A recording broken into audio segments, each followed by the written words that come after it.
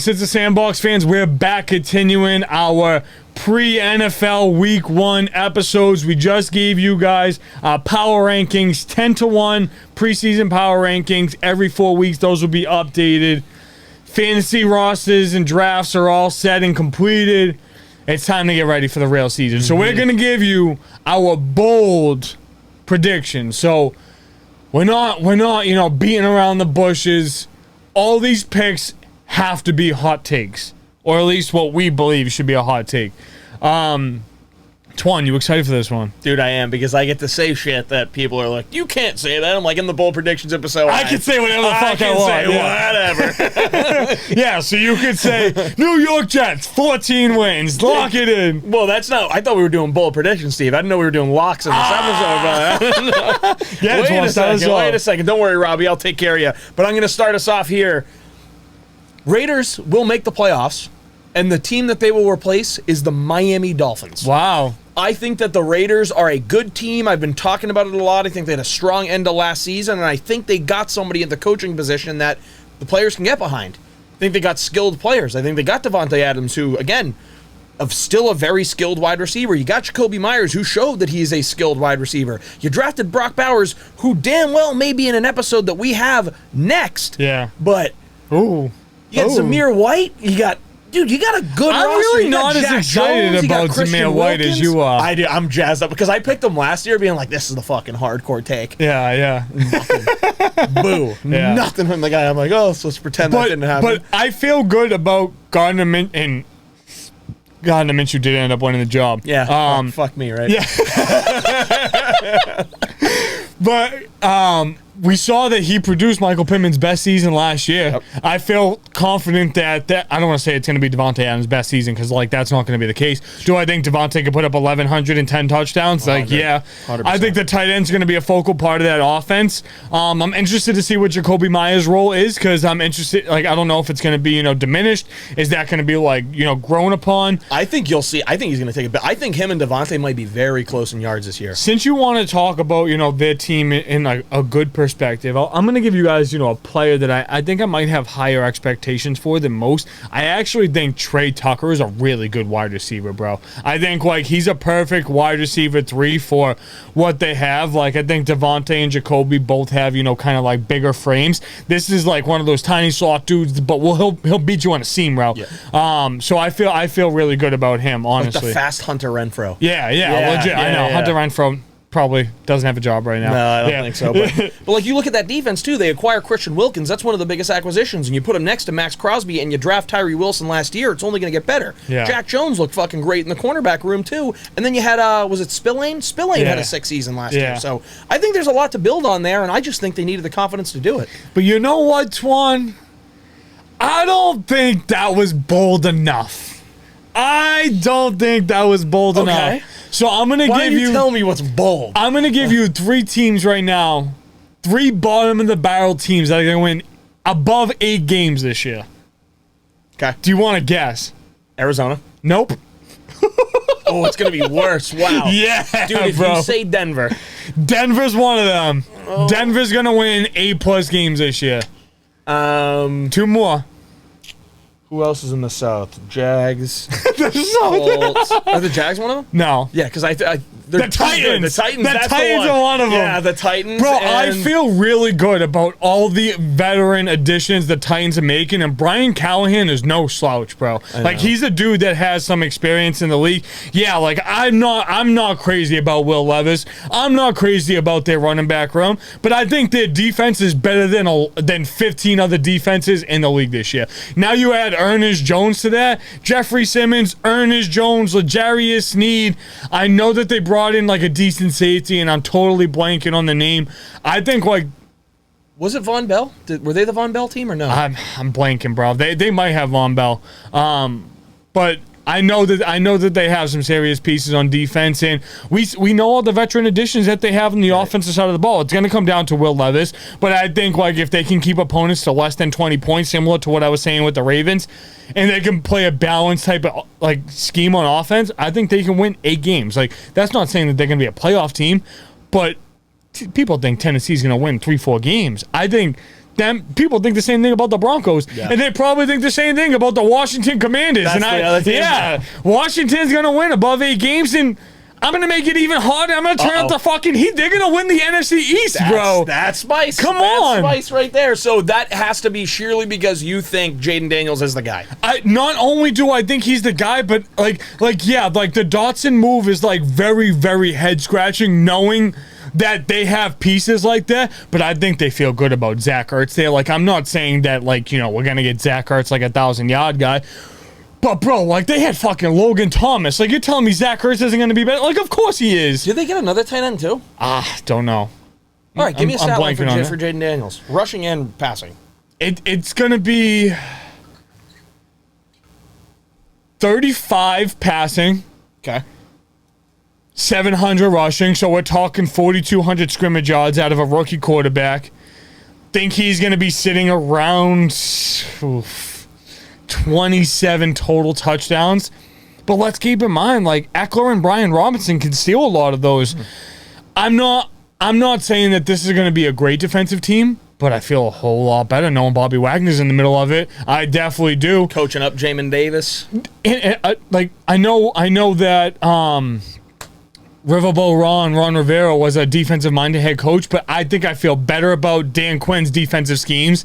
And, you bring, like, I know Bieniemy was there, but you bring in, Cliff Kingsbury, who I feel like has, a better track record for, his offensive success and, played with Caleb Williams last year. So, didn't play with Caleb Williams, but coached Caleb Williams last year. So, yeah. What? Pause. Yeah. Oh, man. Caleb would have liked it, but. Yeah, right. But no, I actually just think, like, hey, if Austin Eckler is going to be, like, a part of, like, that passing offense, I think Terry McLaurin can catch 1,400 yards if he plays healthy this year. Tell me more about Terry McLaurin, bro. 1,400, 10 touchdowns, like, I think, like, he can have a DK Metcalf-esque season. That's not, JJ or, like, Tyreek, like, very realistic expectations, but still a lot better than what it's been for him in, like, the past couple years. And I just think this is the most exciting, anything's been in Washington for quite some time. So, look, you talked about the Cowboys being, a sub-500 team. Yep. We talked about, the drop-off for the Eagles last year. And, look, I'm not going to hate on the Giants because I think they can build in the right direction. But there's always these worst-of-first teams every single year. And I feel really good about Jaden Daniels' development. I felt really good about him and was vocal about, who he was compared to the draft, the quarterbacks, and all that, throughout all of the offseason. This is a team to, like, watch out for, and so much so that Jaden Daniels in my draft on Saturday is the only quarterback I selected, and I stacked that with McLaurin and Brian Robinson. So I feel better about Washington than I do about Tennessee and Denver, but we're here for bold predictions, and we're here to be hot. Everyone's counting out the Titans. Everyone's counting out the Broncos. I think that they're not going to, go 4-0, 5-0 through the first couple of weeks. But do I think that they can have a Pittsburgh Steelers-esque 8+ win football season this 2024 year? I absolutely do. And I actually think that those teams can be better than the Steelers if they disappoint this year. All right, you want heat? I want heat, bro. Come on. Sam Darnold will throw for over 4,000 yards this year. Holy shit, Twon! That's what I'm talking about. That's the one. Sam Darnold. Talk about it. Is known for seeing ghosts. It's not that time anymore, dude. He has not week 1 versus the Giants. Not week 1 versus the Giants. Now he may not beat the Giants, but he will throw for a lot of yards all season long. And I think he's going to have multiple games where he makes Justin Jefferson a very productive receiver. Jordan Addison is also looked at to be a productive receiver. He will get Hawkinson back. He has pieces, and he has a coach that draws up plays for wide receivers better than anyone ever. I wouldn't say ever. But all right, just let it's bold. It's bold predictions, right? We're in the bold predictions. I love it. I love the energy. So, how many picks you think come along with that, though? 11? Okay. I think 11. But, I mean, you're looking, J.J. McCarthy's not playing now. Yeah. So he's out. He's going to be out. So you're going to ride with Darnold. You're probably not going to, even if J.J. McCarthy ends up miraculously healthy, he's not going in this year. You're not risking that for your pick. This year, yeah. So I think that Darnold's going to have a lot of opportunities. I also think the Vikings are going to be losing games where I think he's going to be throwing the ball a lot, and I think Justin Jefferson commands the ball, and Justin Jefferson's going to get the ball. I think Justin Jefferson still has a great season. I think Addison still has a productive season. And I also think that Aaron Jones is going to end up getting like 400, 500 receiving yards. He's a very good receiving back. 1,200 scrimmage. 1,200 scrimmage. I think Aaron Jones can have a really, really good year. Now, this is all health related, but bold prediction, Aaron Jones is going to be healthy for 12 plus games this year, guys. That's a bold prediction. That's pretty bold. Prediction. Yeah. So, Sam Darnold. What's the win total? Plus, win total? Is that a good 7-win football team? 7-10. Okay. 7-10 I can get down with that, though. Yep. So, now, if we want to get bold, 10, but they're not getting it. No. Chill out. There's too much heat. Do you think, though, with that being the case, that this changes the perception of Sam Darnold's career and he now has a Geno Smith track record? Very similar. It is. Back up, got the starting opportunity, proved it. You're saying 4,000 yards. You think that's only going to be with the Vikings? I'm trying to think of a different comp. I don't know if it's so Geno-esque, because I think it's a little bit earlier in Darnold's career. I also don't think... Geno's not that old, though. Yeah, Geno's like 33. Yeah, I was going to say 32. Like Darnold's like 27. I know. I don't feel like that's too far off. All right. Quarterbacks play till 37, 38 now. Geno's going to have success in Minnesota and not stay in Minnesota. Geno's not in Minnesota.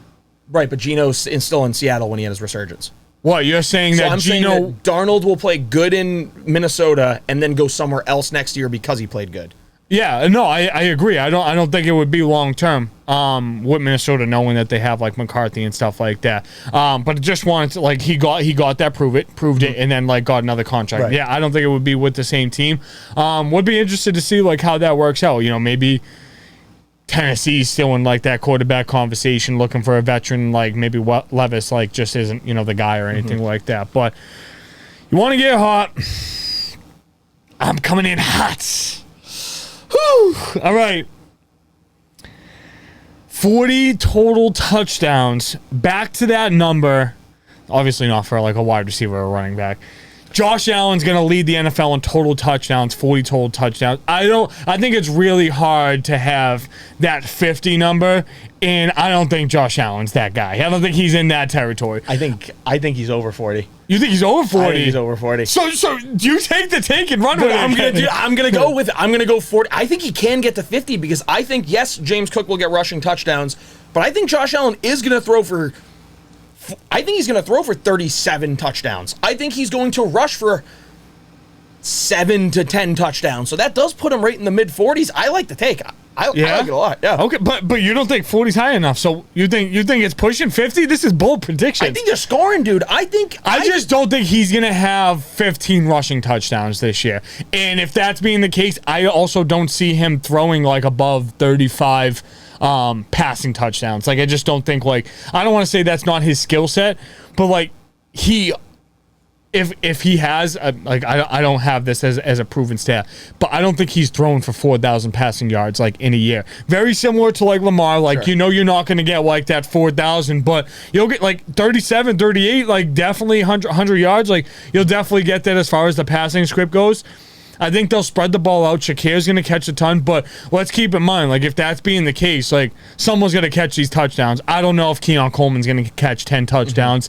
I think Dalton Kincaid can catch a lot of receptions and yards. I don't think he's a big touchdown guy. I think Shakir might actually be, you know, like, run a zig on the goal line or literally run to the pylon and just put your hands out and he has to place it there. Or he'll catch one of those slants at like the 50 and like take it. But like, I think James Cook could take a lot of like screen passes for like touchdowns and things like that too. But also want to see, you know, maybe there's another shifty guy that kind of makes his way. So that's why I said 40, because I don't think Samuel's like that kind of shifty receiver too. He could. He's got to stay on the field though. I'm not giving Curtis Samuel any expectations. Shakir, Coleman, and Kincaid are the guys until proven otherwise. Sorry, Kev. Yeah, legit. That's what he does. That's a thumbnail right there. There we go. Right there. Bingo. No, but I'm happy that you feel that way. And if Buffalo's going to win 11 games, he has to play superhero, and like that has to happen. Let's stick on Buffalo for a second, because you might agree with this. Dalton Kincaid is the #1 fantasy tight end by the end of the year. I'm about it. Yeah, I'm all I about think it. he's a stud. I think he catches the most touchdowns for tight ends this year. I think he's going to have the most catches individually. I think that Dalton Kincaid is going to have one of those years where we go, oh boy, we have a new tight end that needs to be drafted in the 2nd and 3rd round. Absolutely. No, I absolutely couldn't agree more. I feel very bullish about Evan Ingram and Jake Ferguson this year. Extremely. I feel really good about those guys. But they could not be in that conversation of tight end 1. Not a chance. Ingram had his time. Like, you can be the reception machine all you want. Like, I just feel like, that offense is going to continue to build and grow a little bit differently. But you want to take this to fantasy football. Like, I guess we can do that. We want to talk about one of the top picks in all of fantasy football. Bijan's going to bust out to that scene. I talk about not loving Drake London a lot. But why do they need to invest in another wide receiver when they have a running back that can still catch 1,000? Bijan's going to catch 1,000. He's going to rush 1,000. Bijan's going to have 2,000 scrimmage yards and 20 touchdowns. Love it. Love it. Give me some of that. Come on, Give bro. me some of that. Come on, bro. Give me some of that, baby. Come on now. We love it. Is there any, Brees Hall potentially, but I don't think he catches like Bijan can. My only thing is I feel a little bit more concerned about the injury potential on Brees than I do with Bijan. I do too. So that's why I gave the nod to Bijan with 2K scrimmage, 1,000 receiving. I love it. Back to it. Top 3 fantasy running back this year. Steve Torra, who is it? Who am I picking? Who are you picking? Top 3 fantasy running back. You're picking Jahmyr Gibbs. Nope. No. Where would he be drafted? Is it Kenneth Walker? It's Kenneth Walker. Yeah, top 3? Come on, guy. I need a little bit more than that. Give me, how many fantasy points is this dude scoring? Okay. And why is he going to be a top 3 back? Kenneth Walker is going to score. It's got to be 260 fantasy points. I think you think that's enough for a top 3? Yeah. Think so? McCaffrey got 350 last year. Yeah, but that's like he's not getting 350 again. No, but if you want to say top 3, I think that has to be above 280. You think so? I think so. Well, then he's gonna get it because he's gonna do it. And again, I think he's going to be very touchdown reliant as well. I think this guy is going to rush for 14 touchdowns this year. Whew. I think Kenneth Walker is going to be in the end zone. I think Kenneth Walker is going to rush for over 1,300 yards. Who? Literally Charbonnet who? I think that Kenneth Walker is going to be the league winner for multiple teams this year. Top 3 running back, you want it? 285 points, 14 touchdowns, 13, 14, 1,500 rushing yards. That's going to be the kind of year Kenneth Walker has. Wow. I love Kenneth Walker this year, too. So, Absolute I'm all dog. about that. He's got to stay healthy for that to happen. He does, and he will. Yeah? He will. That's right. the other bold prediction. So, these next 2, I gave you guys the heat up front. These next 2 aren't anything crazy, but I still feel like there was something that I need to share here. We talk about a lot of rookies, talk about a lot of running backs. These are 3 names that you need to remember. By the time week 8 comes around, these guys will be owned, these guys will be playing, and they'll be helping you compete for fantasy championships. Are they all rookies? All 3 are rookies. Okay. You already know one of them. You might know 2 of them. Give me a position. They're all running backs. Oh, they're all running. So it's Trey. Trey is one of them. Trey Benson's one of them. I think he's going to make us feel like James Conner who. Like, he's going to be so good. James Conner's going to go down with a hammy or an ankle, and it's just going to be like, yo, not only did they get the best offensive wide receiver, or second best, depending on what happens with Neighbors, but they also got the best running back and got him for a great fucking value. So, Trey Benson. Love it. Blake Corum? No, but we can add Blake Corum to the list. Right, because of the Kyron thing.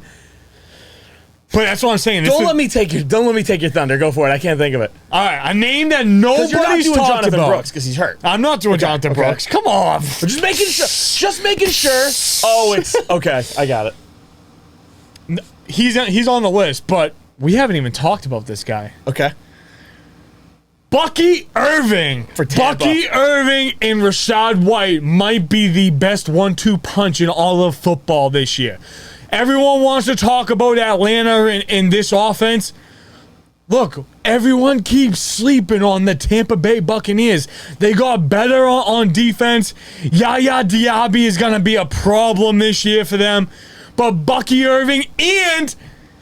this guy isn't even written down, but I'm going to add it to the list just because fuck it. McMillan, bro. McMillan is going to be... McMillan is nuts. He is going to be a dog. And when Chris Godwin goes down, I hope that's not the case, but he typically deals with injuries. If he does deal with injuries and Baker Mayfield can stay healthy, they have offensive depth galore, and I love their offensive line too. Honestly, I feel really good about their offensive line. I like their defense, and that's why I've always favorited Tampa in that division still. I'm not going to just take no big name team. They made a couple signings. Look at what happened to the Eagles years ago with Nnamdi Asomugha, Michael Vick, like all these guys. The greatest team on paper. Yeah. You know what I mean? The greatest team that never made it to turf. Like literally. So I don't want to give that crown to Atlanta yet. Am I happy and excited about the moves they made? Yeah. Do I think that they still have to beat the Bucs? Yeah, I do. I think the Bucs are the team to knock down in that division. They won it last year. They have to knock them down. All right. But we also have to add Marshawn Lloyd to that conversation because as much as I love Josh Jacobs, A.J. Dillon's out for the year with a neck injury. He's RB2. They just sign him too. That sucks, dude. They play 2 running backs. Yep. A.J. Dillon always got the ball. Yep. And I don't think that this is a handcuff scenario because, like, I don't like the way that works out. You only have 16 guys on your roster when it comes to fantasy. If you have 2 guys in the same backfield and that team ends up sucking or, like, the offensive line blows, like then it's Algier and Bijan is more of like a handcuff because Bijan's going to get the workload and then if he goes out, then Algier goes in. But, like... It is... I don't like that. I'd rather have a guy on, like, a different offense for 4 different teams than have... Algier and Bijan is just like, yeah, I'm playing whoever's there for the Falcons. Because not only that, what happens like when bye weeks come around, right? You know what I mean? Sure. Like, so I don't like doing like 2, like the same team, same position. Like, I would never have Chris Godwin and Mike Evans on the same team, regardless of value. Like, I just don't think like that's a fortunate scenario to be a part of. And honestly, the running back position gets so thin that I just don't feel that like you can have 2 of the same guys on the same team because what happens if you have to play both of them the same week? Like, there comes a point in time in most fantasy seasons where you only have 2 healthy guys. So it's just like, would I rather have Tyler Algier or would I rather draft Jaden Reed, who I just took in the 12th round, and hold on to him knowing that he could potentially be a wide receiver 1? Much rather do that. And my last bold prediction here, I don't know if you have anything else to share, but... More. We got one more? Yeah. Woo! The Colts are going to win the South. The Colts are going to beat the Texans, win the South. That's not saying the Texans aren't going to make the playoffs. I feel really good about the Colts. Anthony Richardson will be healthy. Jonathan Taylor might have his best season to date. Feel good about Pittman, A.D. Mitchell. Why is everyone sleeping on my boy Josh Downs, by the way? He's like the injury history. I just think like that's it. But Josh Downs is like another one. It's a guy who was a rookie last year, and like he got banged up at little points, but like he was a good wide receiver 3, bro. Very productive player for fantasy football. Even 2, wide receiver 2, and Pierce. Yep. You know what I mean? They're gonna spread the ball, and I like their defense. I do. I like their defense too. Steve, 4 rookies this year are gonna finish with over 1,000 receiving yards. Who are they? Malik Neighbors, MHJ, Rome Odunze. Nope. Okay. McMillan? Nope. Keon Coleman? Nope. Wow. Whew. Troy Franklin? Nope. Rookies? Rookie wide receivers. One's like kind of there. The other one you're gonna go, what? Can I get some hints? Yeah, AFC West. Worthy? No. Lad. Okay. Lad McConkey. Solid lad. The other one, he's a wide receiver 3 right now, but their wide receiver 2 might get traded, and that's why I think the wide receiver 2 will get traded. On Pearsall? No, that's another one I was considering though. Different guy. Same conference? AFC North.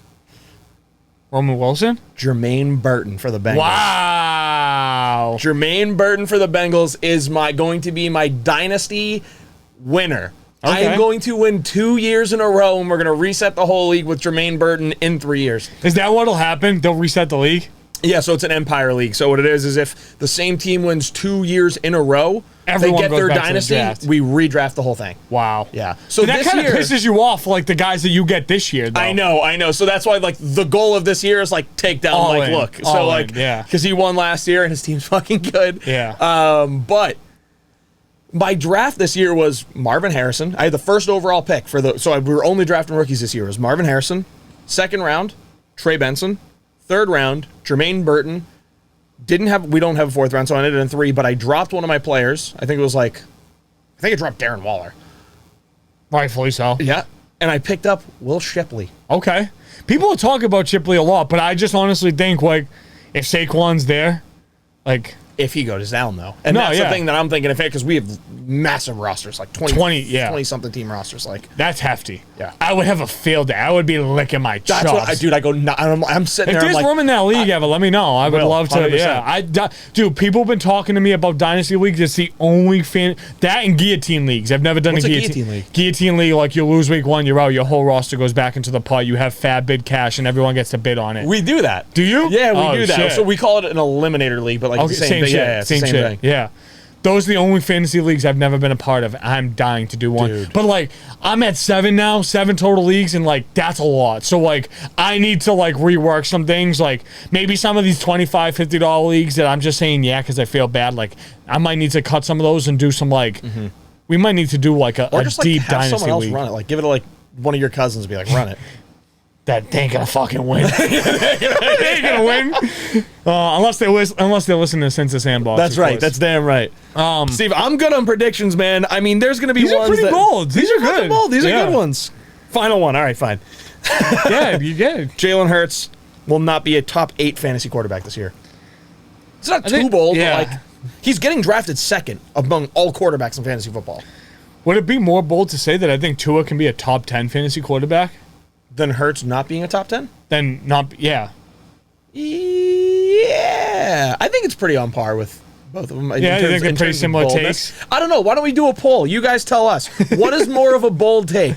Tua being a top 10 quarterback or Jalen Hurts not being a top 10 quarterback?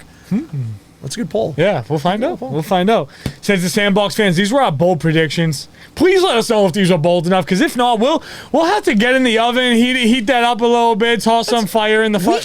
We can get bolder, but we don't, like, if you guys are ready for it, you let us know. But, like, the thing is like, we're trying to be, like, bold and, like, attainable. Like, I don't want to sit here and say, like, Justin Jefferson's going to catch for 2,500 yards, because, like, that's just fucking ridiculous. Yeah. Like, but we'll see what happens. I feel like Kyler Murray puts down the Call of Duty controller. Like, come on, guys. We're trying to be realistic. Yeah.